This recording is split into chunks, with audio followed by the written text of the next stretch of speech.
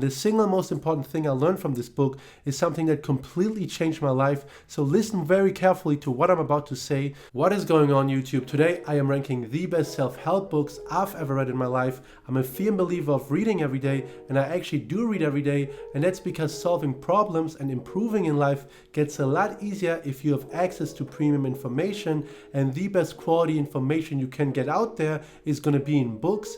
And today I'm going to rank the best self-help books I've ever read and also state the single most important thing I've learned from each of these books, so maybe it inspires you at home to pick up the habit of reading every day, because it's going to change your life and your outlook in life. So let's get right into it.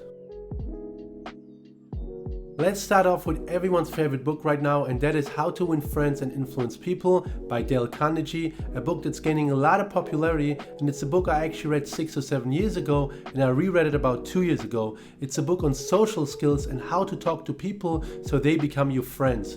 And the most important thing I learned from that book is that if you are trying to make new friends, try to be as agreeable as possible. Whatever that person tells you, agree with them, because that will put you on their side and makes you more likable, so that way you can get whatever you want out of that friendship. But besides that, it's a lot of stuff you probably already know. If you have decently developed social skills, it's going to be a lot of repetition. But if you're someone who's struggling to talk to people and doesn't have the best social skills, then this book is going to do a lot of damage for you. But for me personally, I only gave it a C tier ranking.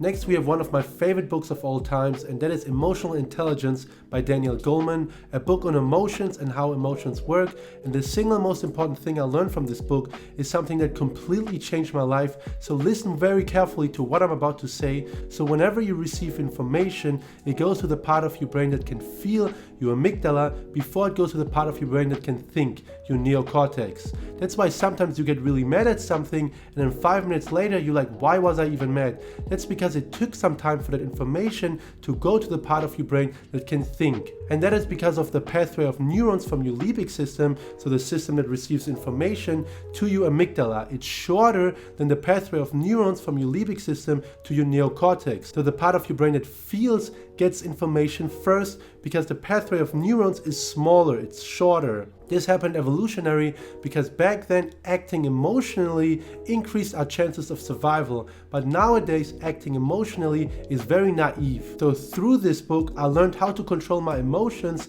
and use them for me instead of against me. I gave this book an A tier listing because it's one of my favorite books of all time, and the thing I just told you about emotions I think about every single day, so it deserves an A tier listing. Next, we have The 4 Agreements by Miguel Ruiz, a very short book on 4 agreements everyone should do with themselves to live a better life. And the most important thing I learned in that book is, I think, the second agreement, and that is to never assume anything. Oftentimes in life we assume how a person is going to react or how a situation is going to play out, but in reality it's going to play out very differently, and that assumption is ruining our sense of reality. So the book tells you to never assume anything. Live a life without assumptions. It's a great book for anyone who wants to start reading because it's a very short book and it's also written in very simple terms. I gave it a C tier ranking. Now let's talk about the first book I've ever read in my entire life, and that is Think and Grow Rich by Napoleon Hill, a book on how to become successful. So what Napoleon Hill does is that he interviews successful people and asks them how they became successful and tries to figure out what exactly we can do to also become successful. So the most important thing I learned from that book is that every successful person went through a period of time of semen retention. Yes, you heard that right. Semen retention, and this book was written 100 years ago, and the example he gives is that if bulls, the animal bulls, are surrounded by female bulls because they are mating more, they are less motivated, they have less muscle mass, and they are less aggressive. But if bulls are isolated from females, they have more muscle mass, they have more aggression, and they have more drive. They want to do things. And I read that book when I was 16, and that little piece of information changed my life because I had a better understanding about sexual energy and how to direct my sexual energy towards goals and my objectives. So this is a great book for anyone who's starting their self-help journey, which is why I gave it a S tier listing.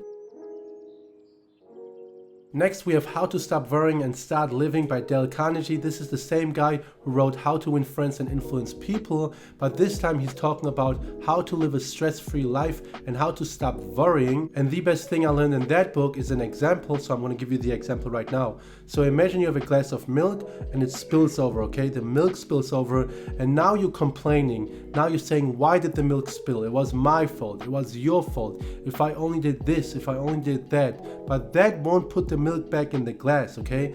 So what the meaning of this is that things that already happened, there's no need to stress about them, okay? It's too late. It won't put the milk back in the glass. So whenever something happens in my life now and I start complaining and I start stressing about it, I think about this and I'm like, okay, what is this stress gonna do? Is it gonna put the milk back in the glass? Well, no, it doesn't. So why am I doing it? That's also a thing that I think about often in life, because we have the tendency as human beings to complain about things that are out of our control and things that already happened. So this book helped me a lot to live a stress-free, very free life. I gave it a B tier listing.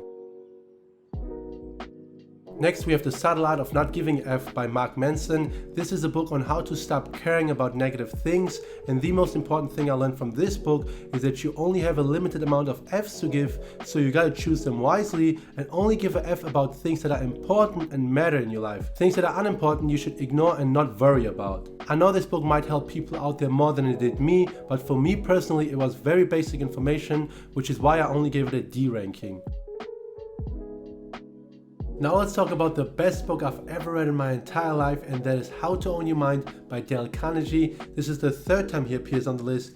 He's just one of my favorite authors, and this book in specific is just amazing. It changed my way of thinking, and like the name of the book suggests, it's about how to own your mind.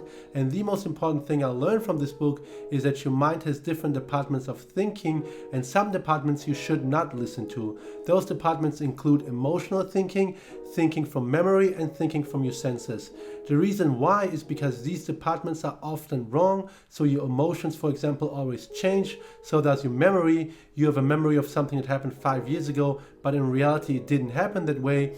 And same with your senses. Sometimes you see or hear things, but in actuality there isn't anything there. That's why sometimes something happens and 10 people report different things on it. The departments of your mind that you should listen to is willpower, consciousness, and the logical part of your mind. So whenever you have a thought now, try to figure out what its origin is. If it's an emotional place, if it's a place of memory, or if it's a place of your senses. Sometimes it's the best idea to just dismiss it because it's not accurate enough. I gave this book a S tier listing. Obviously, it's my favorite book of all times. Let me know what you guys think of the books I ranked, and also let me know if there's any self-help books out there that people should read. Peace out, guys.